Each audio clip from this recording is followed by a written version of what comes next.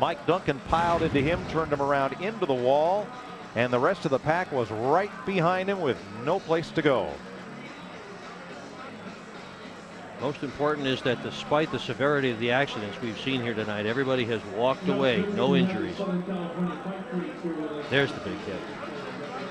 Oh, yeah, Ramirez sent Kerry Earnhardt up into the air, and wow, a lot of damage, a lot of cleanup before we get underway. Ralph is with Ryan. Ryan, can you tell us what happened? Was your car struggling off the line? Yeah, we lost the battery right there at the end of it, and you know, we were just kind of holding our own, and the yellow came out, and we knew we were in trouble. So we told the two guys behind us, said, hey, you know, we're not going to go. Just wait to the start-finish line and go underneath us and go. And you know, we told them we're not going to go. Yeah, okay. And they didn't believe us, I guess, and both cars behind us just ran us over. And it's unfortunate. You know, this thing was hooked up, man. The car was just fast, and I got to thank the whole crew because they just stuck with it, got it good, better and better and better. And all the guys at DEI, Pete, Mike Gricci, Slugger, you know, everyone just gave me a ton of support. And I really think we had this thing won, man. That thing was flying, and it just it's unfortunate. You know, we lost the battery, and there's nothing you can do about it. We were just riding around and got run over. We warned them, and I guess they didn't believe us and just ran us over anyway. At that point in time, when you know you have a situation, do you spend most of the time looking in the rearview mirror then to see if anybody's going to come in, or are you just focusing still on what's in front of you? Yeah, I mean, the funny part was under green, the car was just so good that, I mean, I had nothing down. That thing was just half, it felt like half throttle all the way down the straightaway, and could still run with them somewhat, you know, and that's just how good the car was. And yeah, we were just kind of watching behind us, and the 99 got to us and just kind of let him go. But just unfortunate, you know, we probably could have still had a top 10 finish, and just wasn't meant to be, you know, and there's nothing you can do about losing the battery. That stuff happens. And had an awesome motor, man, a DEI motor. Jeff Opel and all the guys, Doug, the guys built an awesome motor, and the thing was pulling down the straightaway, man. We had them beat. I think the car was just hooked up, and Gricci on DEI helped us a lot, and it was going good, but just it wasn't meant to be. All right, well, we're glad to see he's okay. Mike, he's going to have 7 races with Dale Earnhardt Incorporated in the Busch Series next year. Well, Brian Moore gave it a good try, and there's Kerry Earnhardt's car going away on the wrecker. The dilemma that Mike Duncan faced, we want to really slow this down and show you. As they're coming off turn 4 to the line, the first white car is Ryan Moore's, and he told them, wait and then go around me. But here Ryan's car fails to accelerate. The rule says you can't go past on the left before the start-finish line. So Duncan was committed to following Ryan until the start-finish line, and when Ryan's car did not come to speed, everybody was coming. That was a no-choice deal and a no-fault crash. Jim is with Kerry Earnhardt. I am, and Kerry's just trying to figure out what all went on out there. Kerry, you had a trying weekend to begin with. You got the car right for a little while there. What happened on the front stretch?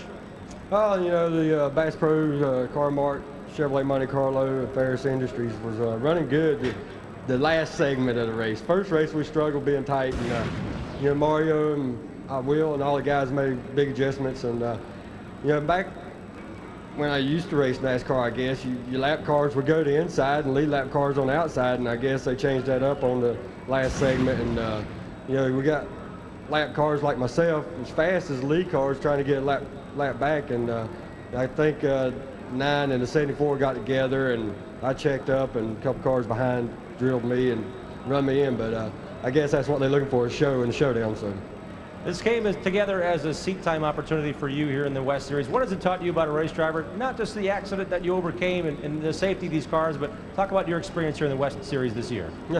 Yeah, I learned a lot of different rules out here, I guess. But you know, I got a lot of seat time, a little patience, and I was just out there trying to take my time, and really wasn't pressuring any lap cars. If I was faster, I was pass them and go on. But you know, if it was like original rules, lap cars inside, it wouldn't have been that bad. I don't think. I think you know, it'd been a better race and better show for the fans. Kerry Earnhardt wrecked then out of it tonight. The rules for the final 50 laps said that restarts would be single file, lead lap cars to the front, lapped cars would restart behind them. Well, the goal is to try and give the fastest cars an opportunity to race for the win, and that's what the plan was.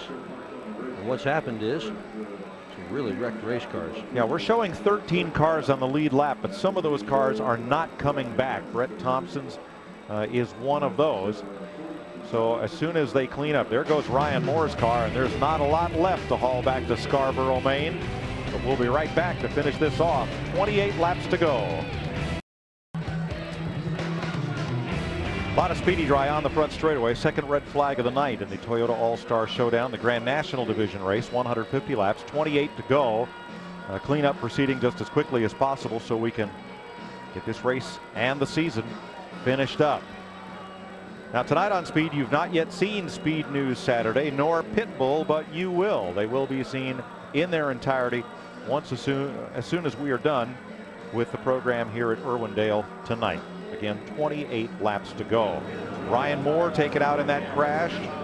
There is what's left of his RC Moore Transportation Chevy. Kerry Earnhardt knocked out in that accident. Brett Thompson as well among the cars that will not return after a multiple car pileup on a restart on the front stretch.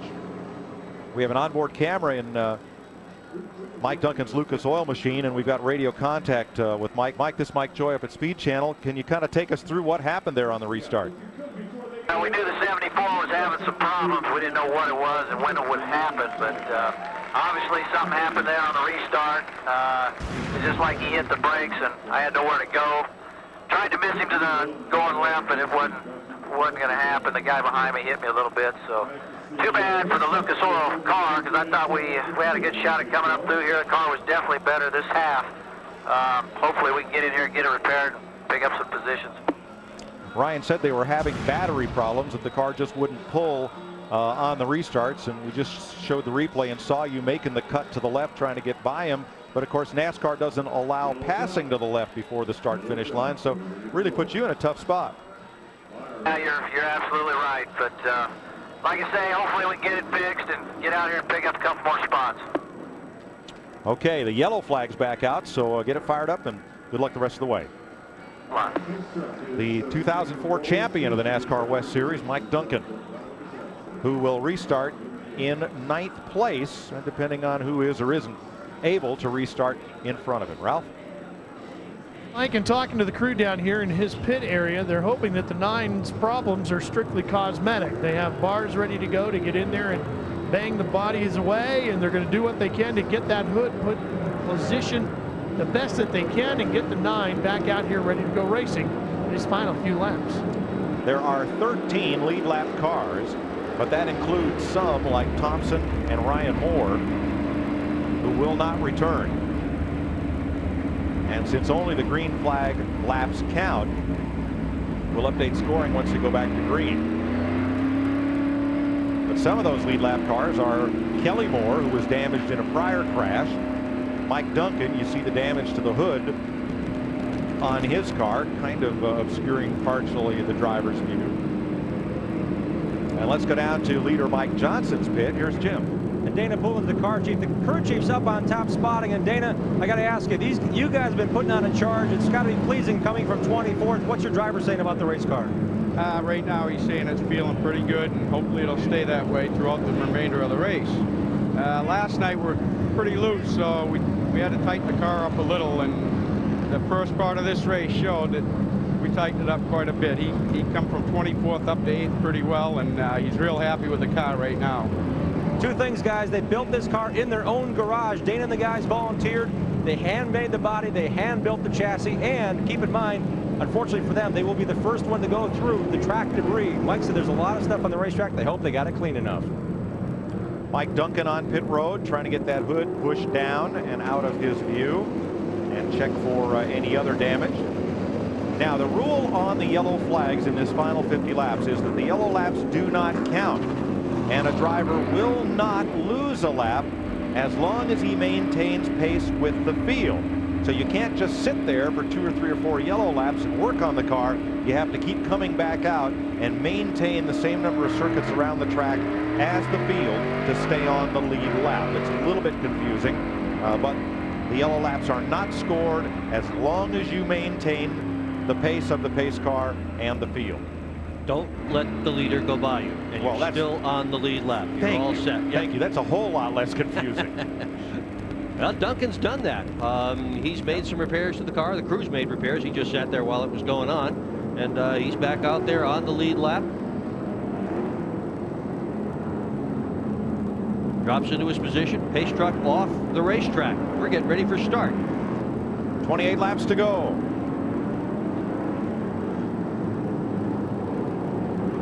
Mike Johnson on the lead. Kovaluk running in second spot. Lynch third. Green flag. Little speedy drives. They come through it on the straightaway. Lynch to the bottom. He wants the first spot now. Seems like the only really safe place is to lead. Lynch hard into the corner. He's got Kovaluk. 17 cars running, a little more than half the field. Here comes Kovaluk back on the outside. Kovaluk's fast out there. Behind them at fifth, Brian Hoare side by side with Joey McCarthy, picking up an earlier battle once again. This for second place is a good one, and Mike Johnson loves seeing it in his mirror. Oh yeah, that's just what you want to see happening if you're leading the race. A couple of guys behind you battling with each other. All Mike Johnson has to do now is just take care of his line, go as fast as he possibly can, and they've got to worry about each other, and they can't have the line they necessarily want. And Jim Scott Lynch just had a big slide coming off turn number 4 and dropped back a car length.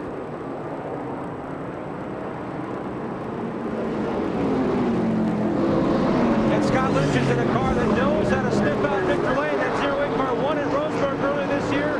It ran all the races last year. It's the car he loves to have here in Irwindale. He said this car is mighty good. They made some slight changes this morning. We talked about the brake nuts. They were going business as usual. Now it's hammer down. Scott Lynch is the only West driver in the first 8 positions of this race. Got to go back to Tim Woods in 9th to find the next West Series driver, the way things have sorted out after attrition through mechanical problems and crashes here. Mike Olson is closing in on Lynch for 3rd, that yellow number 61. Great drive for Olson. Loose car at the beginning of it. He just hung on. Here he is. He's got a good shot to have a great finish tonight. Yep, Stubby be proud. That's Stub Fadden, Mike's grandfather and former teammate. 71 years old up there in North Haverhill, New Hampshire. Come on, Olson. Here's Jim. And a phone call was made this morning to Grandpa to help them figure out the problems. They had a miss in the engine yesterday. It happened 4 laps into practice. They came in. They changed virtually every component from the fuel filter to the plug wires to the distributor. They couldn't figure it out. Last night, the qualifier, the car kept missing. It only went to 6,500 before it cut out at lap 11 through the end of that race. So the team did a lot of changes. That's paying off for them now because the car is at full song. Double spin in turn 2. Kelly Moore and Brian Chu go around. Looks like they're both going to stay on the lead lap. But the caution's out again. Yep. Moore spun, and I think Chu spun to miss him.